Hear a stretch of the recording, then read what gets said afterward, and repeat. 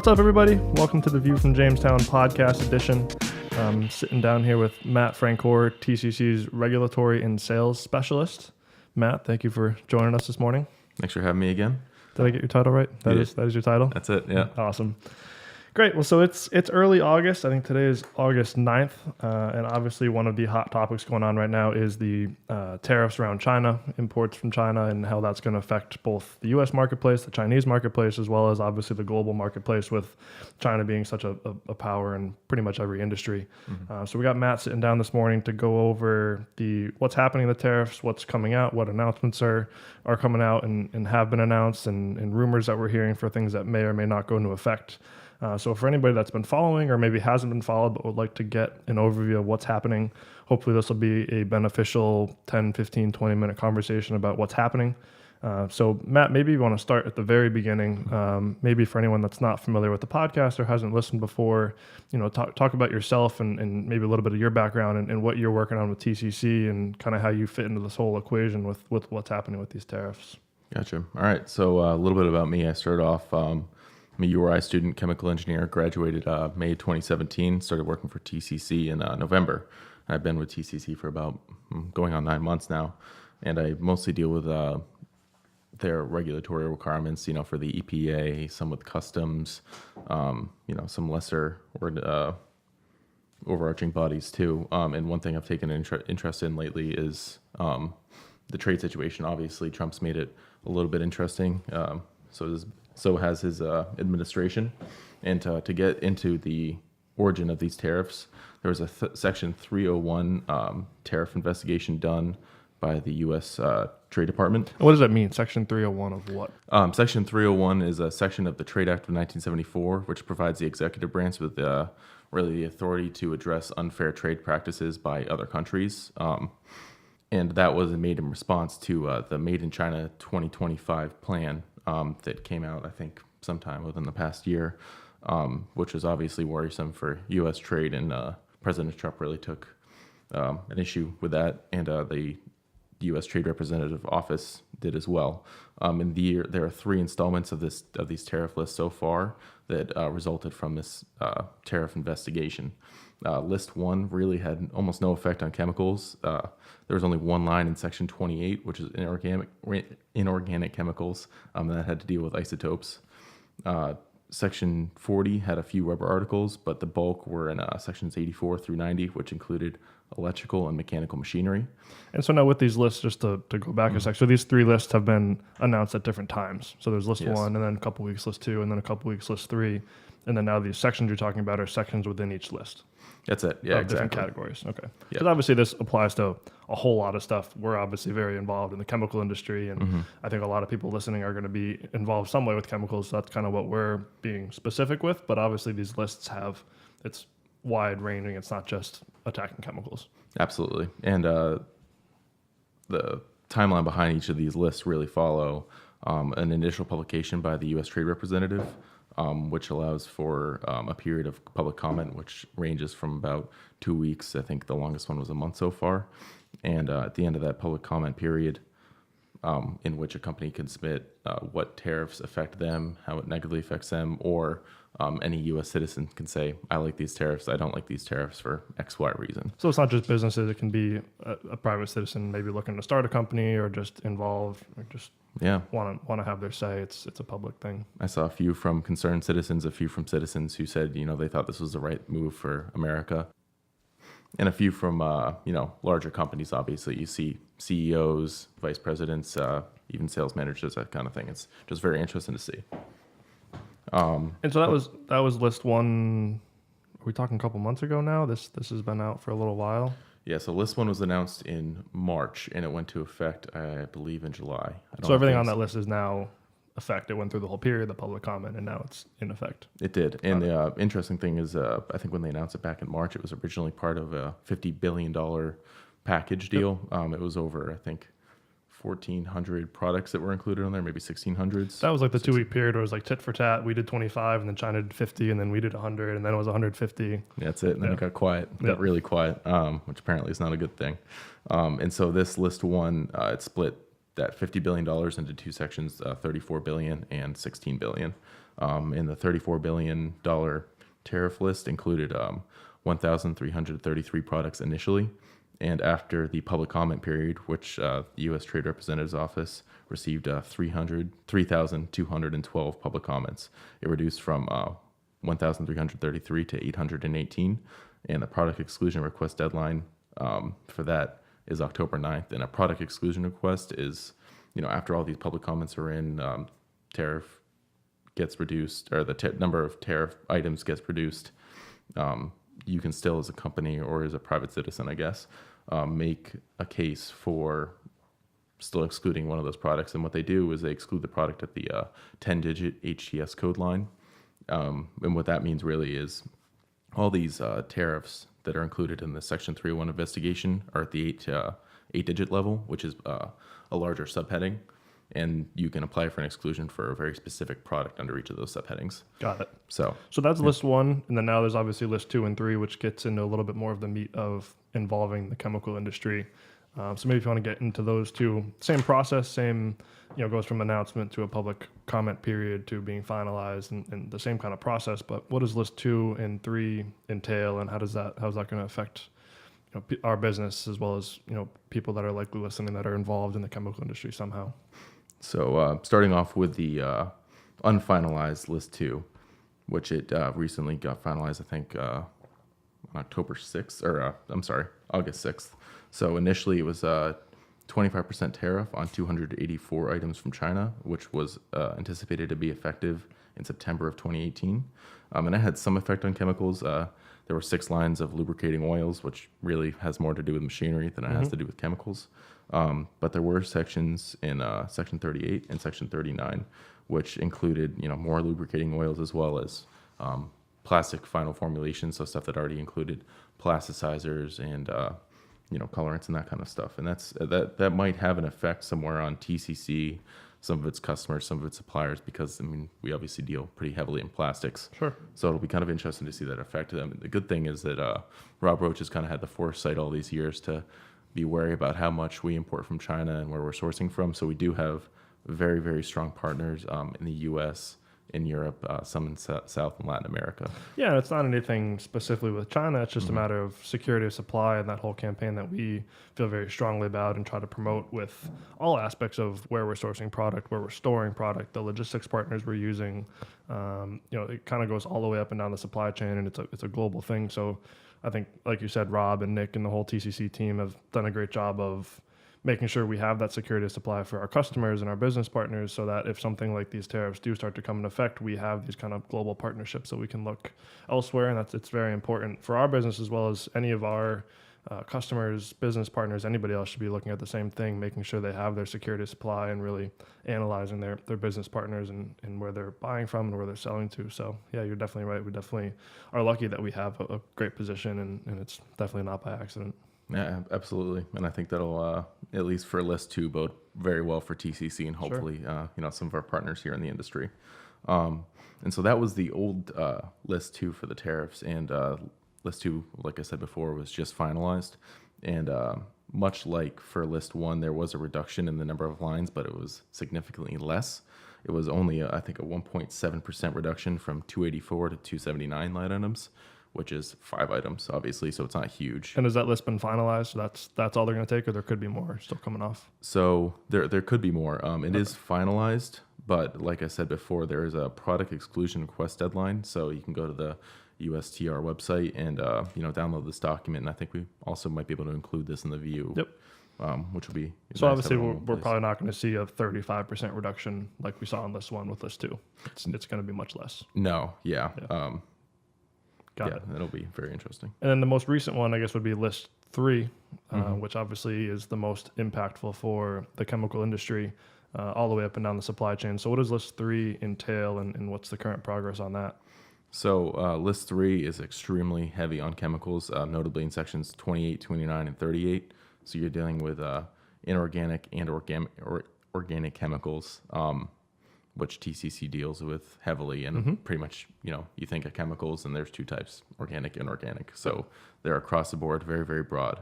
And so far we've identified 21 of TCC's chemicals that are imported from China that are listed on here. And notable chemicals include diamide, which is only produced in volume in China, which is really, I mean, it's important for agricultural applications. So it's going to affect farmers, which have already been, significantly impacted by all three of these lists. And obviously, it's a big product for TCC, but it's a big product in general. I mean, That's we it. probably just scratched the surface of the market in terms of global usage of the product. We think about our customers and people we're selling to and dealing with. It's obviously a big product for us, but there's so much usage of this product. We think of it very narrowly sometimes with TCC's business, but you think of it in a global landscape, and for the benefit of agricultural business globally, it's a big deal. It's a huge hit. And kind of give a rundown of the list that TCC has of the affected products: acetyl tributyl citrate, adipic acid, which is a very large one, especially with a tight supply this year. Sure. Ammonium bromide, Carboflex ON, which is dioctylphthalate, diamide, like I said before, dicyclopentadiene, dimethyl malonate, dimethyl phthalate, malic acid, glass and silica fabric, that's section 70. So it's not a chemical, but it is a product that TCC does deal heavily with. Sure. And all these glass fabrics are affected, so it's going to pretty heavily impact the industry. Magnesium sulfate, melamine pyrophosphate, methyl acetate, monopotassium phosphate, polyphosphoric acid, potassium bromide, TOTM, TMP, and zinc borate. And so those are the products listed that TCC deals with, but obviously that's not an exhaustive list by any means. Absolutely. That's one, if you're familiar with TCC's business or you have contacts in sales or marketing or with the office, those are products you've likely heard and are familiar with. So that's what we're dealing with and what we're seeing specifically with TCC. But obviously what's the total? I'm seeing 6,031 items from China. Is that the total? That's it. So 21 products scratches the surface of Yes. that. I mean, it is Yes. far reaching. That represents an insane amount of the entire chemical industry. And China obviously is a huge supplier globally. So it's going to be, it's impossible to say what the effects are going to be. And we're right talking now. food products, we're talking packaging materials, we're talking I think I read the list and there's like 8 different types of like pickle products, pickles in water, pickles in other types, pickles in plastic jars, pickles in glass jars. It's the craziest thing. I would say just like chemicals, you're going to want to stock up on pickles. It's having that supply. I would maybe lease out warehouse space. If you're a warehouse, you're going to be in some good business If here. you like pickles, save 25% now. So Absolutely. And so what's the timeline with list 3?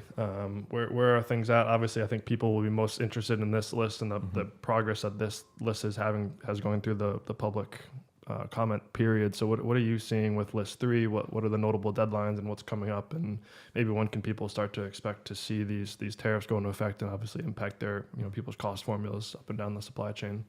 So as far as deadlines, the public hearing on this list 3, which this list 3 is 10% tariff on, like Ben said before, about 6,000 items.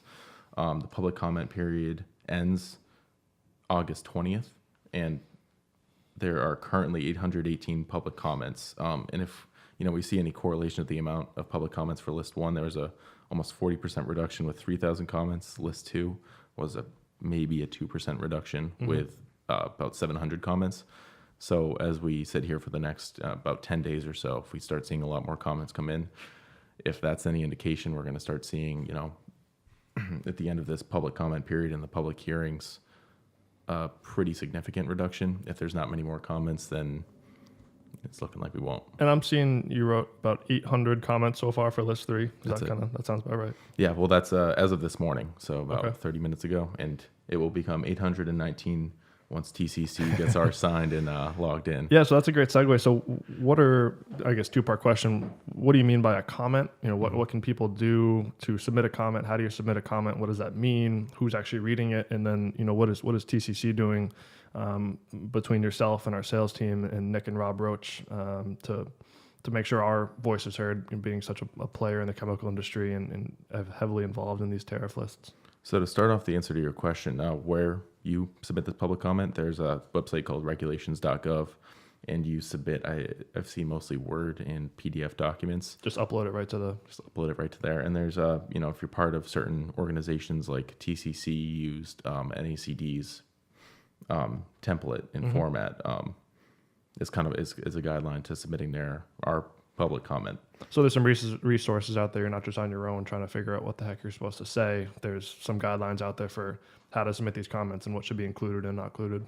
Yep, if you look hard enough, you can find them. And that's before formulating ours, I took a look through, kind of see what comments were out there. And I've seen incredibly well written ones from private citizens, and I've seen not so well written ones from companies I imagine being large. Yeah. Exactly. Yep. So those comments, so the public comments are exactly what they are. They're publicly available comments. So once, say, TCC uploads ours, anybody can read that. That's how that works. That's it. Yep. Got it. Yep. And the reason these public comments are very important, I mean, if the past two lists are any indication, the more public comments, the more likely products are going to be excluded from this list.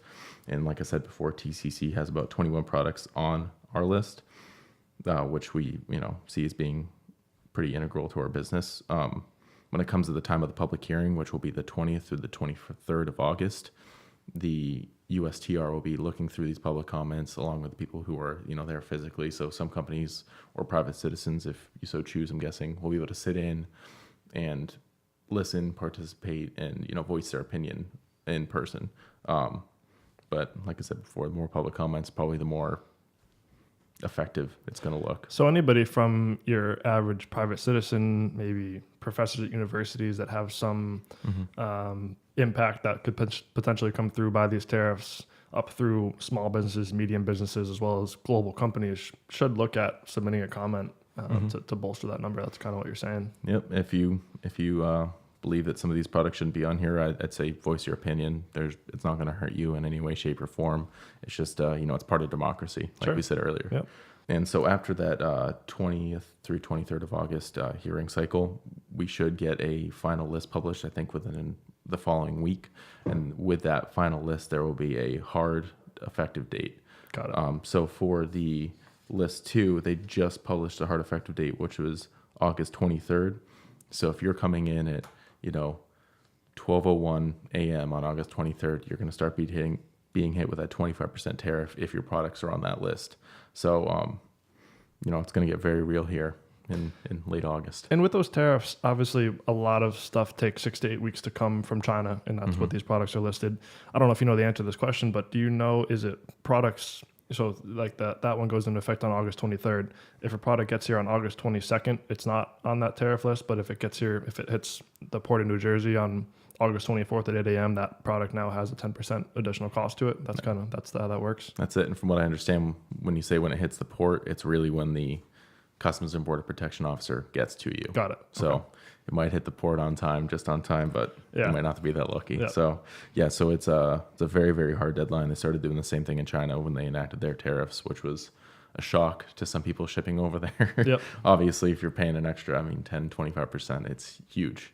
Especially on certain products that we're talking about are relatively cheap products by the pound compared to other things that is involved with the chemical industry. So adding 10% to that on some pretty already, sometimes some thin margins or things that are you're relying on volume pricing to make a margin, a 10% add extra to your cost is no bueno. So it's huge. Yeah. And unfortunately, in a lot of cases, that's getting passed directly along to the end user, the consumer, the American citizen. Yep. Yeah. It's almost, it'll obviously affect businesses, but it's going to affect that person 6, 7, 8 steps down the supply chain. That's actually the end user of the product, whether if it's agriculture, maybe you're a farmer that's actually using the agricultural products to spread on your crops. You're the one that's going to be taking that product. And then in a sense, it's going to go down to the consumer that's, eating the whatever the farmer's growing, and it's going to go all the way down the supply chain, which absolutely obviously affects everybody. It's unfortunate. And it comes down to things also like medications through pharmaceutical companies. Some of these are, active ingredients in pharmaceuticals,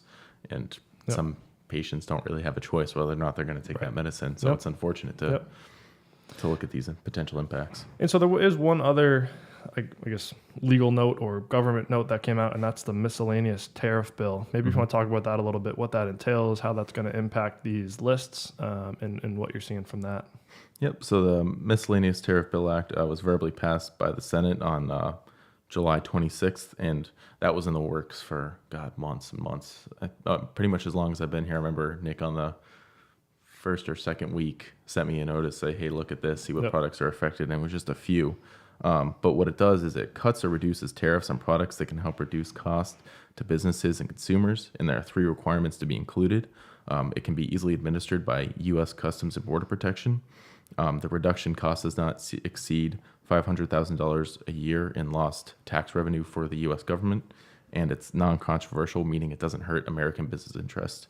And 500K is, in terms of the whole grand scheme of the $50 billion in tariffs, isn't a whole. No, it's not a pretty high barrier there. No, it's not. It's not a big product, and I think that's kind of the Senate's in-house way of combating these tariffs a little bit, trying to reduce the impact on American business. And it'll be interesting to see if that's expanded with the next year's Tariff Bill Act.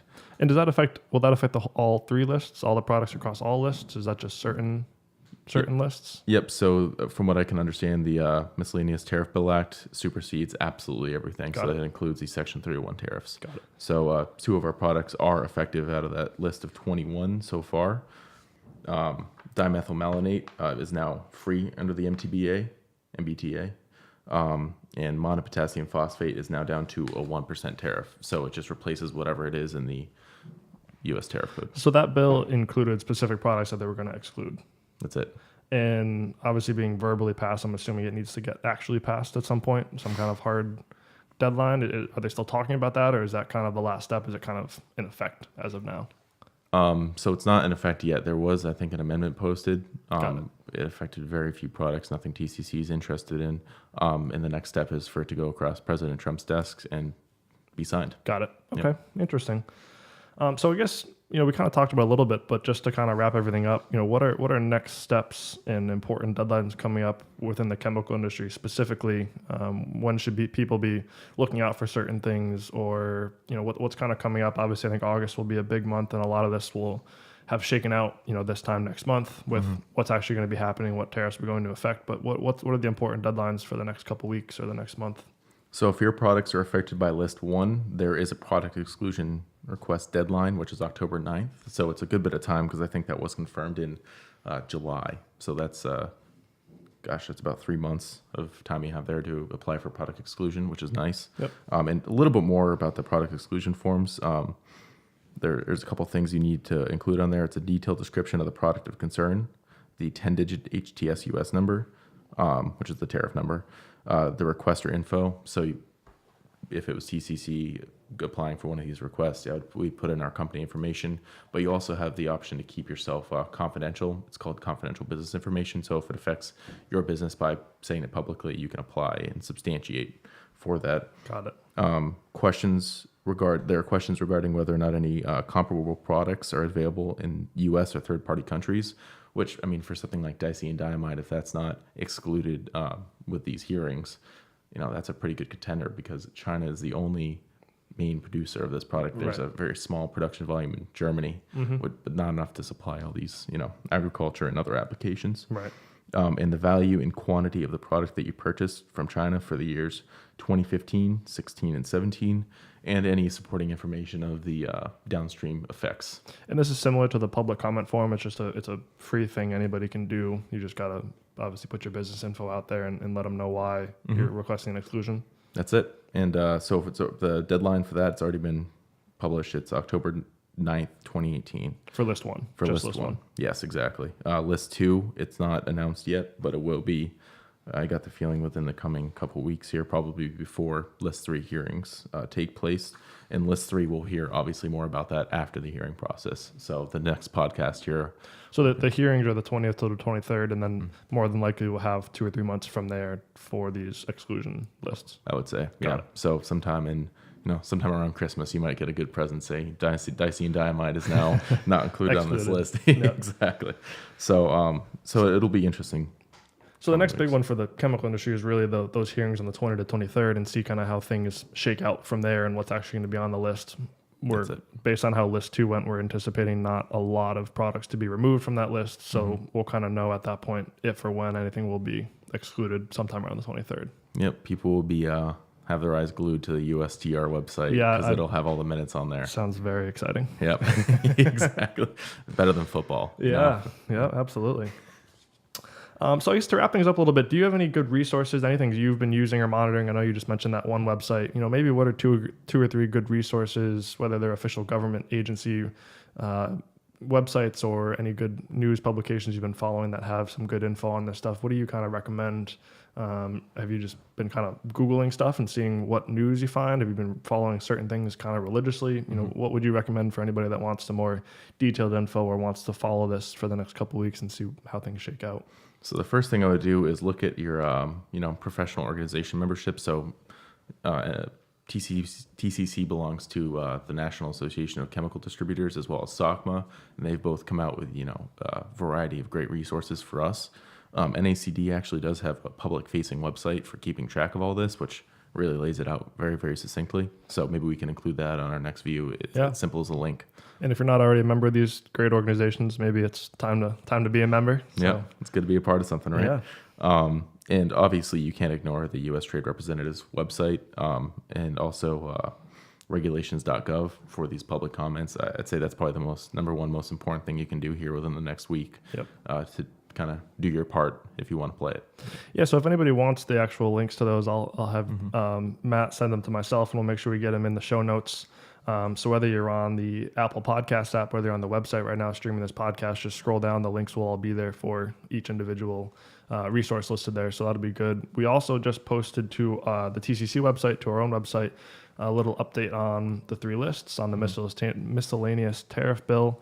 Some good info on that, and we'll have the resources on there as well. So all good info, and we'll keep that one post, I think, updated with info as it comes out rather than putting a bunch of different articles out there. So check out the TCC website, scroll down in this podcast and check out the links there.